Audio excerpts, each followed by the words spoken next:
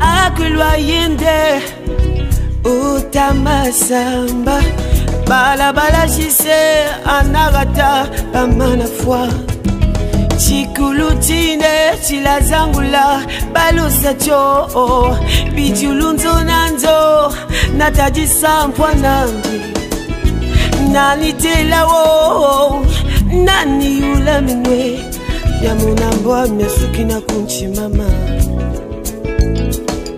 tala mitawa bisawangana mama ngachibona bakangulo sakulanjila mame bengachibo mina kutele mina kuyule akuwayende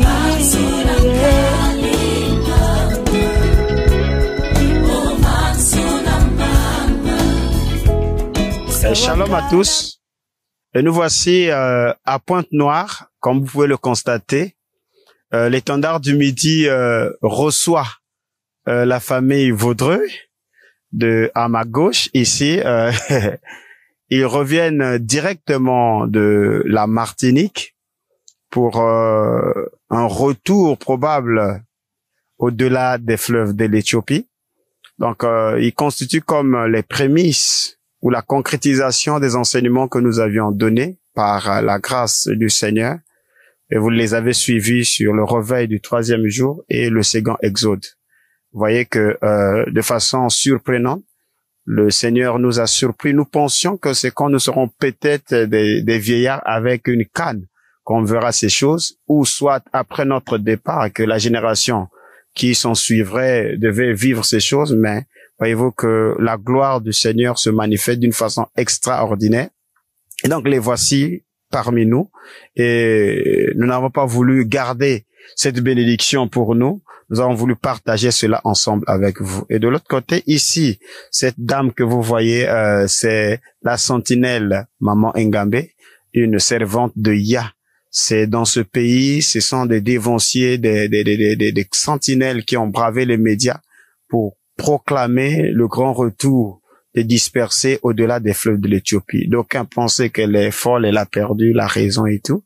Mais voyez-vous, quand on parle de Simeon, qui ne pouvait pas quitter la terre sans avoir vu la consolation d'Israël, mais il y avait aussi Anne, une servante qui était dans le temple servant le Seigneur la nuit comme le jour, dans le jeûne et dans la prière. Donc, elle a fait le déplacement, vous la voyez, elle ne pouvait pas venir, elle a bravé toutes les interdictions possibles parce que elle pouvait pas rater cette occasion. Donc, elle est ici pour partager des moments de communion, des moments de bénédiction avec nous ensemble. Voilà pourquoi nous leur donnons la parole pour que ces témoignages-là puissent édifier nos âmes, que vos âmes aussi soient bénies à l'écoute de ces témoignages et aussi ces paroles édifiantes. Sans oublier, à ma droite ici, il y a le frère Dominique Batuta, et qui ça là, souvent Batola, on nous confond généralement. Bon, c'est la volonté du Très-Haut. Il est le président ou le promoteur du projet Matachebo. Je crois qu'il y a toute une vidéo qui sera bientôt diffusée, on va vous développer toute la thématique et la vision du projet Matachebo. Vous allez rentrer en contact avec le site, mais je vous annonce déjà, c'est tellement extraordinaire. Il est là et c'est lui qui est là pour nous accompagner. Il est aussi celui parmi les administrateurs du programme la tanière des lions, là où nous travaillons pour la mise en place des différents projets pour l'extension de la vision de l'étendard du Midi. Franchement, ça me va droit au cœur que de voir des gens qui ont quitté la Martinique si loin, et venir à Pointe-Noire en Afrique à cause d'une prophétie. C'est pas facile. Écouter, dire, c'est quelque chose.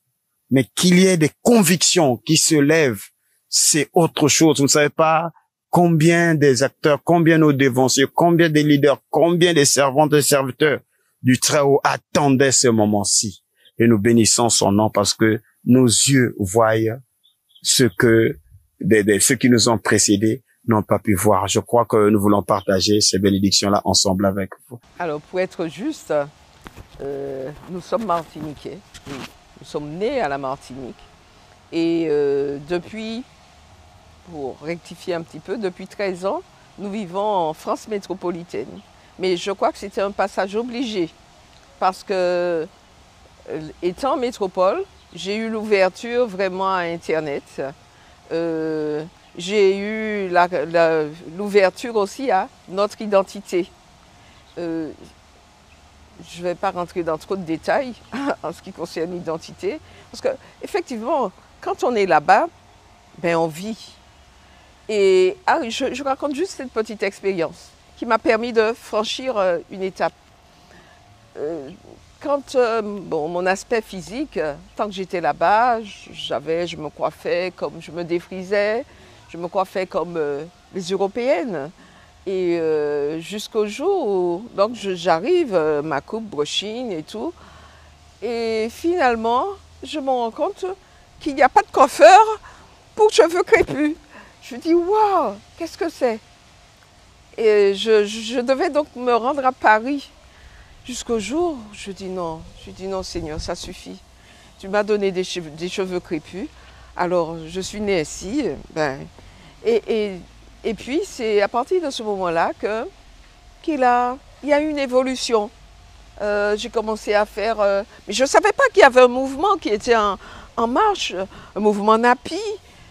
C'est bien longtemps après que j'ai su. Le Seigneur m'a fait subir une transformation. Et puis, au fur et à mesure, aujourd'hui, le naturel, jusqu'au jour où il m'a fait prendre conscience de mon identité en tant que noire. Il y a environ 5 ans de cela, j'ai reçu le message des Israélites noirs. J'ai rigolé au départ. Je dis, qu'est-ce qu'elle raconte cette sœur? Et puis, il y a un autre frère, parce que j'étais de confession adventiste du 7e jour. Nous étudions beaucoup les prophéties. Et j'ai commencé à réfléchir. J'ai commencé à écouter. C'est un frère sérieux, vraiment un frère sérieux. Et j'ai commencé à me poser des questions. Et j'ai étudié, j'ai fouillé la Bible, j'ai prié jusqu'au jour où j'ai eu la conviction. J'ai préparé un dossier que je partageais autour de moi. Il n'était pas toujours bien reçu. Parce que on me disait souvent, et alors, et si Jésus est noir, qu'est-ce que ça change? Je lui dis, oui, mais il y a une restauration spéciale pour le peuple d'Israël. Je prenais l'exemple de Romains 11. Je lui dis, mais on ne peut pas dire simplement que blanc ou noir, ça ne change rien. Je lui dis, il y a une restauration spéciale. Si on ne sait pas que nous sommes ce peuple-là, parce qu'il y avait une condition, il fallait que ce peuple revienne au Seigneur, qu'il revienne à sa parole, qu'il obéisse. Donc si tu ne sais pas que tu es l'hébreu de la Bible, tu continues à vivre comme un païen. Mais le Seigneur m'avait déjà appelé depuis longtemps à la conversion. Et jusqu'au jour où il y a, je ne sais pas si ça fait 1 an ou moins d'1 an, j'ai commencé à écouter les vidéos des docteurs Hack et Kim. Je dis, waouh, mon cœur brûlait au-dedans de moi. Je me suis dit, parce que je comprenais de mieux en mieux les prophéties. Et je dis, parce que j'avais la connaissance des prophéties, donc sans connaissance de la prophétie, il est difficile d'entrer dans ce message. Et nous sommes entrés en relation, docteur Kim et moi, et jour après jour, mon époux, je lui dis, mais regarde, regarde. Et là, j'ai compris que le réveil, il est quelque part, au-delà des fleuves de l'Éthiopie, puisque la Bible le dit, en Sophonie 3. J'ai cherché, j'ai pris des cartes, j'ai regardé, j'ai vu qui étaient les vrais Juifs, et je ne pouvais plus rester en place. Je me dis, il faut que je sois là où se trouve le réveil, au-delà des fleuves de l'Éthiopie. Alors c'est toute l'Afrique subsaharienne. Et évidemment, ce n'était pas facile parce qu'autour de nous, c'était un message qui n'était pas accepté. Mais je comprenais qu'il fallait être au-delà des fleuves de l'Éthiopie. C'est là que se trouveront au dernier jour les véritables adorateurs. Il fallait convaincre autour de nous, à commencer par nos enfants. Ce n'est pas une petite affaire. Il a fallu biaiser. On a dû passer parce qu'il fallait quitter la Babylone. Ma fille me dit, maman, chez toi, c'est la Martinique. Elle s'est battue avec nous. Je dis, ok, on part en Martinique. Nous sommes partis il y a environ 3 mois de la Martinique. Je dis, voilà, nous y sommes. Je dis, oui, l'île est belle. C'est un petit paradis. Mes frères et sœurs qui sont en Martinique, pardonnez-moi. Mais je voyais que on s'intéressait surtout au plaisir. Au plaisir. Boire, manger, sortir, la mer, zouker, grosse voiture, grosse maison. Mais je ne trouvais pas ma place. Nous n'avons pas trouvé notre place. Et notre fille, elle a dû reconnaître. Elle m'a dit, oui, vous n'avez pas le budget, vous n'avez pas. Je lui dis, ok. Je lui dis, tu sais, c'est l'Afrique. Elle dit, bon, essayons la France. Le sud de la France, allons au sud de la France. On a essayé. Je lui dis, non, c'est pas là que le Seigneur nous appelle. Il y a toujours l'hiver d'ailleurs. Je lui dis, tu vois, ni Martinique, ni sud de la France. Alors, pour la bouée de sauvetage, elle nous dit, bon, eh bien, allez au Sénégal. J'ai une amie qui se trouve au Sénégal. Elle nous a proposé Sao Tomé, mais elle nous a proposé plein d'endroits, parce qu'elle ne voulait pas que nous descendions ici. Dès le départ, je lui ai parlé du Congo. Et elle ne voulait pas en entendre parler. Elle m'a dit, allez au Sénégal. Je lui ai dit, ok, parce que le Seigneur, il a un cheminement pour arriver au bout. Et au Sénégal, oui, nous sommes partis le mois dernier. Nous y avons fait 3 semaines. Nous étions contents. Mais on a senti que ce n'était pas la volonté de Dieu. Ce n'est pas là qu'il nous appelait. Même pendant notre séjour au Sénégal, j'ai appelé notre frère, pasteur King. Je lui ai dit, c'est comment au Congo? Nous avons projeté de venir. Nous sommes arrivés mardi de la semaine dernière. Donc, vous voyez, il y a eu un périple. 3 endroits d'affilée. Nous avons dépensé beaucoup d'argent. Chaque fois, on me disait, surtout pour le voyage au Congo. À un moment, nous étions découragés. On a voulu y renoncer. Surtout quand le visa, les choses se sont accumulées. Je dis non. Nous avons dit que nous voulons voir de nos yeux au Congo. Si ce n'est pas là, eh bien, nous repartirons, mais nous aurons la paix du cœur. Et nous sommes partis. Nous sommes arrivés, à peine avoir mis le pied sur le sol du Congo, je me suis sentie en paix. C'est là, Seigneur, je me suis sentie en paix. C'était déjà le soir, donc on n'avait pas encore vu véritablement le paysage. Le lendemain, on a commencé à voir. Jusqu'à ce jour, vraiment, nous sommes contents. Nous sommes contents parce que notre cœur est content, notre cœur est en paix. Et nous rencontrons des frères jusqu'au jour où nous avons rencontré la sœur, elle va en parler, Gabé. Nous avons rencontré des personnes merveilleuses avec lesquelles nous voulons continuer la course avec notre Seigneur, aller à la rencontre de ce pays, mais nous sommes conscients que ce n'est pas seulement au Congo que Dieu nous appelle à y aller. Certains seront là, d'autres seront ailleurs, mais nous, notre place, nous avons compris que c'était ici. Et nous avons projeté d'investir, de nous installer sans perdre de temps, parce que quand le Seigneur, quand il ordonne, il donne. Il donne les moyens. Et nous croyons que si c'est ici qu'il nous appelle à y habiter, il sait pourquoi. Voilà. Et que personnellement, je suis aussi d'accord, car ce pays a des similitudes avec notre Martinique, hein, et ce qui fait qu'on se sent réellement, je dis ça, je suis en frisson, mais on est réellement, c'est pas du blabla, on est réellement à l'aise dans ce pays. Bon, maintenant, non seulement sur le plan climat, mais aussi environnement, mais aussi on a des amis que l'on connaît, qu'on a même ce caméraman qui est derrière la technique, que j'ai discuté avec lui ce matin, et je crois que le feeling passe. Donc il faut le saisir. Si c'est la volonté de Dieu que l'on reste ici, bon, ben moi je ne m'y opposerai pas. J'ai connu une charmante dame hier qui est venue aussi nous voir, qui a fait tout un voyage, qui est venue témoigner, qui a fait tout un voyage depuis Brazzaville jusqu'à ici. Elle a pris l'avion et tout. Elle doit repartir peut-être plus tard, tout de suite pratiquement. Donc je ne resterai pas trop longtemps avec le micro. Je vais lui passer le micro.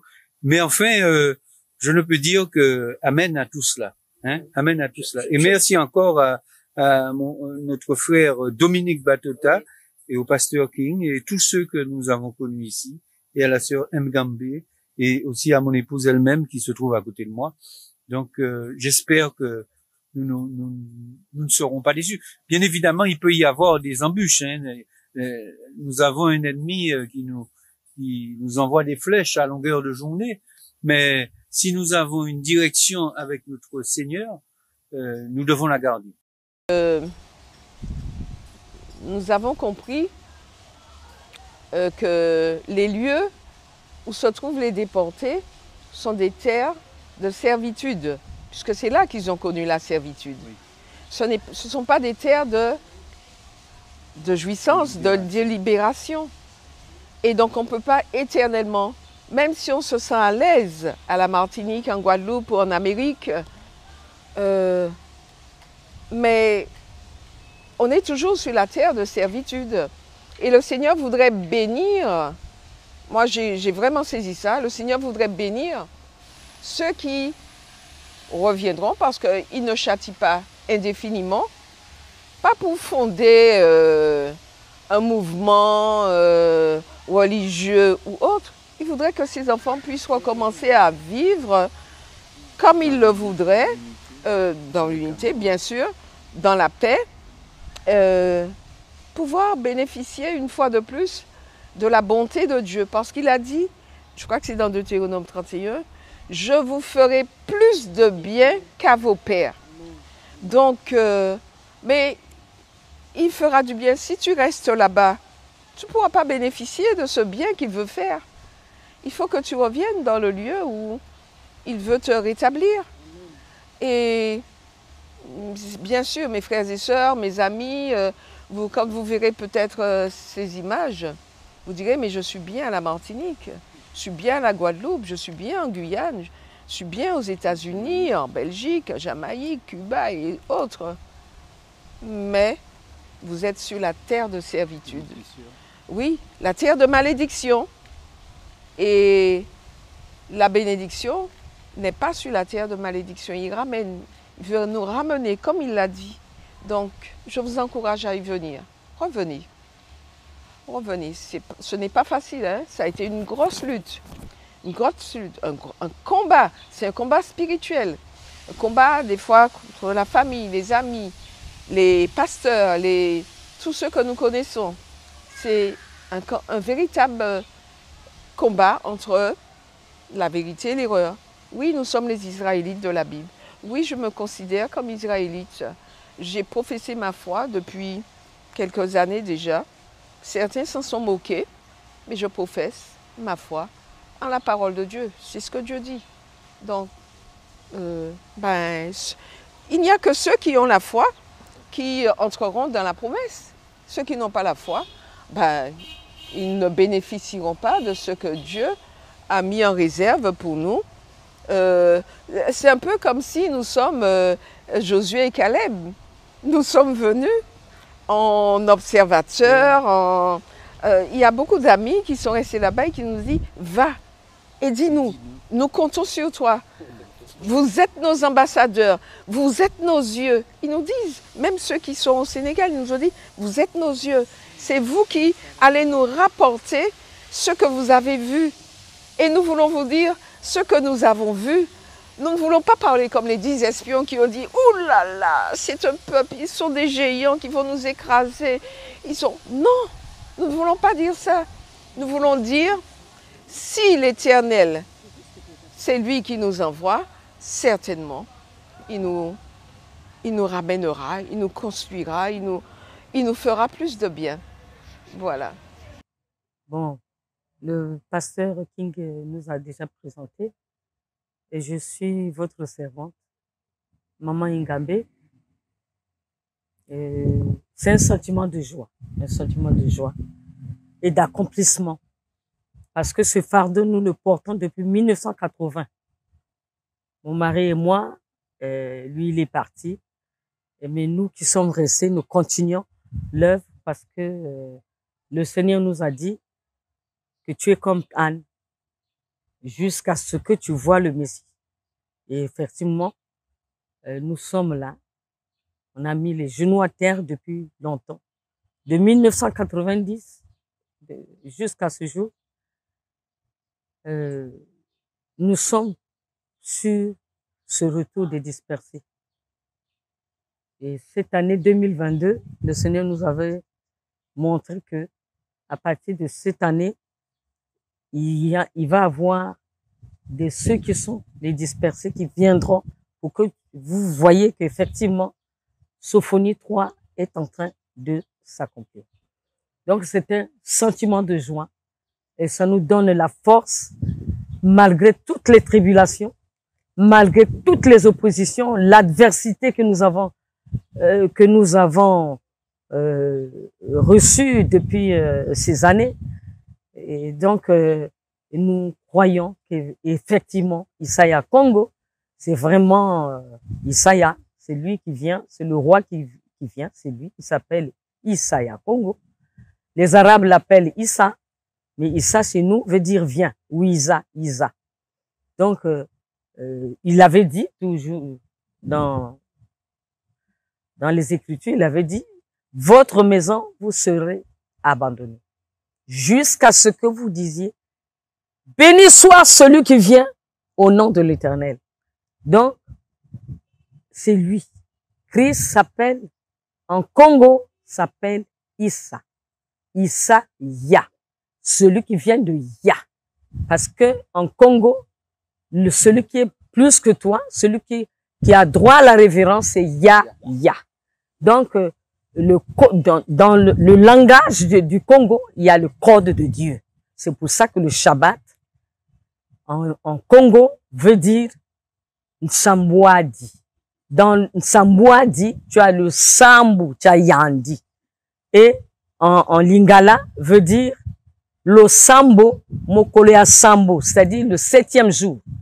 Donc le 7e jour, c'est aujourd'hui. Et c'est aujourd'hui que le Seigneur, c'est un Shabbat, comme c'est le saint jour de Ya. Il nous a réunis ici pour célébrer son Shabbat, parce qu'il y a le retour. Il y a le retour au commandement de Dieu, parce qu'il a dit, celui qui m'aime, c'est celui qui garde mes commandements. Et le Shabbat, c'est le 4e commandement. Même si le Vatican a annulé la loi et il a espéré changer le temps, mais Dieu au contrôle, parce qu'il est le maître de circonstances et de temps.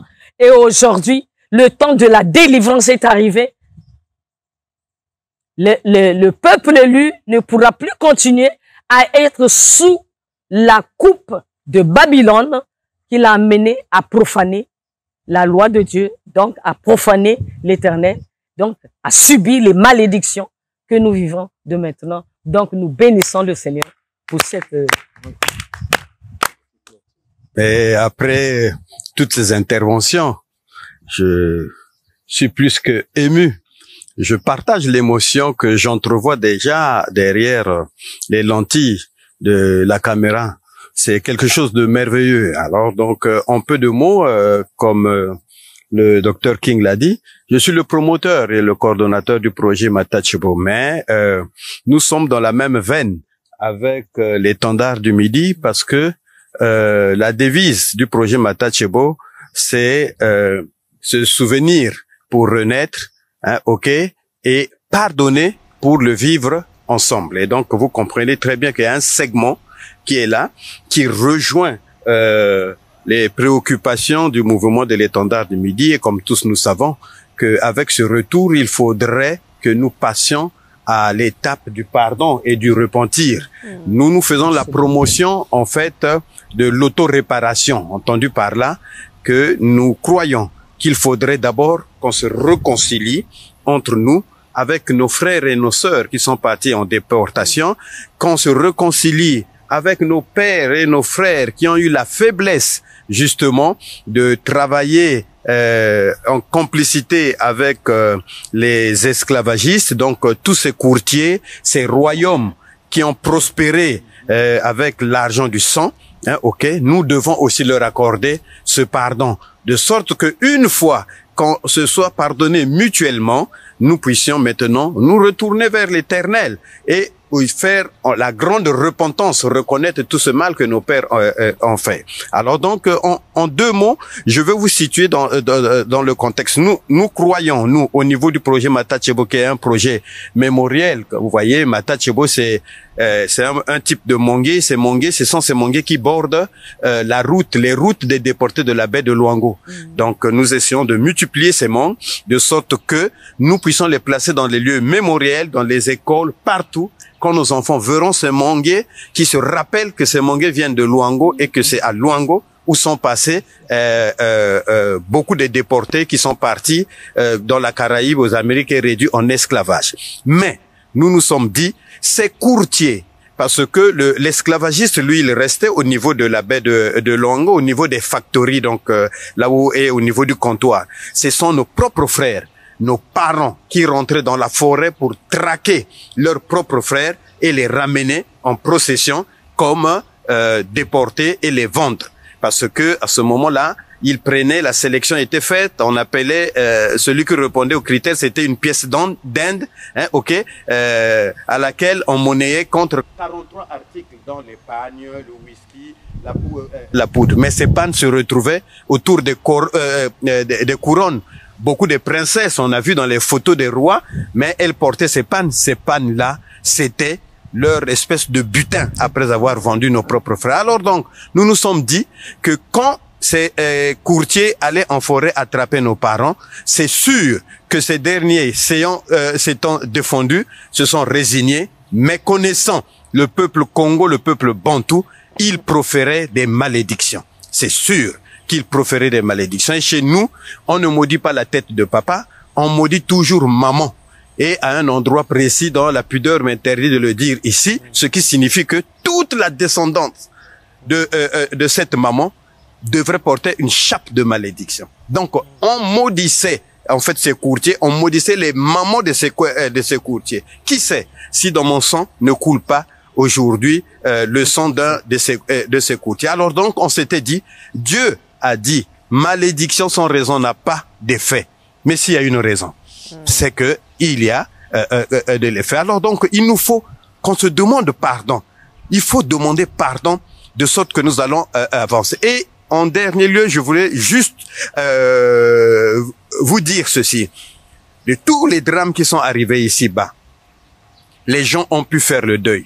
Mais l'esclavage, jusqu'aujourd'hui, on n'a pas pu faire le deuil. Tout simplement, nous n'avons pas eu des circonstances ou des événements qui ont permis à ce que et les bourreaux et les victimes se réunissent et se demandent mutuellement pardon. Par contre, si vous voyez la Deuxième Guerre mondiale ou la Première Guerre mondiale, les Occidentaux ont créé des événements qui ont permis à ceux qui se réconcilient. Vous avez le procès de Nuremberg, vous avez les accords de Potsdam qui ont fait suite à ceux de Yalta, où l'Allemagne a été désignée comme coupable et l'Allemagne a dédommagé les Alliés. Et j'ai toujours dit, rappelez-vous, il y a à peine quelques années, la Grèce refusait même de payer la dette de l'Allemagne. En 2000, comme ça. Pourquoi? Prétextant que l'Allemagne n'avait pas encore fini de payer sa dette de la Deuxième Guerre mondiale. Ce qui sous-entend, qui payait cette dette, mes frères? Si ce n'est les descendants, de ces Allemands qui avaient en fait mis cette planète à feu et à sang. Mais ces enfants qui payent ne sont pas les parents de Himmler, ni de Hitler, ni de Göring, mais ce sont des Allemands, par leur labeur, payent le péché de leur père. Ce qui signifie que pour l'esclavage, ça pousse aussi à réflexion. Et un jour, nous avons vu François Mitterrand avec Helmut Kohl se tenant la main devant la flamme du soldat inconnu. Oui. Donc, caricaturalement, nous avons vu le bourreau avec sa victime se tenant la main devant la mémoire d'un événement. Mais cela n'est pas encore arrivé pour la traite négrière. Et nous battons de sorte que aussi nous, un jour, que ce soit les victimes, les déportés, les pays d'origine des esclaves et les pays destinataires et les négriers, nous nous retrouvons aussi devant peut-être une stèle. Nous tenons la main dans l'amour pour le vivre ensemble. Donc voilà un peu notre combat. Vous comprendrez que ce combat rejoint quelque part une section justement de la grande prophétie qui demandait à ce que nous puissions nous réconcilier aussi et que nous demandons mutuellement pardon. Donc je vous exhorte et je voudrais ici remercier encore ce couple pionnier. Ils sont venus comme des pionniers sur cette terre. Ils ont vu ce qu'ils ont dit, ça sort de leur cœur. Je n'ai pas de commentaire, si ce n'est remercier Dieu qui est resté fidèle dans ses prophéties. L'intervention de notre frère m'a bousculé. Nous sommes obligés vraiment d'ajouter quelque chose. C'est tellement puissant. Dieu est Dieu. Bisi Congo, je vous le dis, Dieu est Dieu. Nzambi wena nzambi. Nkwatu lendo tuonso. Mina mika vuvanga. Ni mina kayidikaka. Tangu yifweni. Ce que le frère vient de dire, en septembre 2021, j'étais très malade. Et le Seigneur me disait, tu vas pas mourir parce que il faut que tu accomplisses ce pourquoi j'étais établi. Alors il me dit, va vers ce peuple rebelle, idolâtre. Parle, qu'ils écoutent, qu'ils n'écoutent pas, mais toi tu parleras. La première conférence que tu vas faire, c'est sur la repentance et la réidentification des Hébreux dans le bassin du Congo. Et ça, c'était en septembre. Et en 2022, le 26 février 2022, il m'a poussé à aller faire un appel à tous les BC Congo pour qu'on organise la contre-conférence de Berlin. Parce que nous ne pouvons pas parler de la délivrance, nous ne pouvons pas parler de la liberté sans détruire les actes de Berlin, le code noir, la charte de l'impérialiste qui continue à gérer le pays qui est devenu la propriété des 14 nations qui sont les nations européennes. Nous ne sommes que des étrangers sur cette terre. La terre a été mise en propriété par les fils de Japheth et bien sûr Édom et Ésaïe. Donc comme nous sommes dans le temps où les prophéties, de la même manière que l'esclavage qui était prévu dans Deutéronome 28 s'est accompli à la lettre, et bien c'est de la même manière aussi que Ézéchiel 36, Ézéchiel 37, Ésaïe 18, Ésaïe 19 et Sophonie vont s'accomplir. Et l'accomplissement, comme l'esclavage et la traite négrière est partie de Mbanza Congo, eh bien, elle aura lieu, le retour des dispersés aussi commencera par ici. Donc, Makukuma Congo, c'est ça. La repentance. La repentance concerne d'abord la réconciliation des Congos. Le Ngala haït le Congo aussi haït le Ngala. Alors que le Ngala, c'est Ephraïm tout simplement, les 10 tribus d'Israël. Et le Congo, c'est Juda avec Benjamin. C'est les 2 royaumes. Mais Ézéchiel 37 nous dit qu'il va réunir, après avoir rassemblé les ossements desséchés, après en avoir fait une armée puissante, eh ben, ils seront un seul peuple. C'est le peuple élu de Dieu. Et nous sommes sur le cheminement de cet accomplissement qui est en train de se faire devant nous. Il y aura la repentance. Mais nous avons aussi le pardon pour nos bourreaux. Parce que la vengeance appartient à l'Éternel. Il n'y a pas à aller demander ça va choquer les gens, mais nous sommes dans la volonté de Yah. Yah dit, c'est à moi la vengeance. Et comme il a ouvert les cieux pour accomplir la délivrance, la vengeance appartient à Yah. Et nous avons à nous repentir entre nous et nous pardonnons, comme Jésus l'a dit, pardonnez vos ennemis, aimez-les. Parce que c'est l'accomplissement. Ce que Dieu avait dit dans Deutéronome 28, ça a été accompli. Parce que nous avons désobéi. Et bien, le résultat de la désobéissance, c'est la traite, la colonisation et le mépris. Donc voilà, nous bénissons le Seigneur parce que nous sommes dans merci à tous. Comme vous pouvez le constater que le message est en train de se propager comme une poudre. Et le mouvement est là, les ossements desséchés sont en train d'être réunis. Et tout à l'heure, nous étions en conférence, vidéoconférence, Zoom avec la mise en place de la plateforme qui gère la grande conférence de Bangui. Voyez-vous que on a eu part à des témoignages, à des révélations de la part des hommes de Dieu du côté de la Centrafrique. Donc c'est tellement merveilleux et nous bénissons le Très-Haut de ce qu'il a donné un signe par l'arrivée de ses fils et filles de la part de l'autre côté, ceux-là qui étaient partis, comme la sentinelle vient de le dire, aussi l'évoquer. C'est parti du Royaume Congo.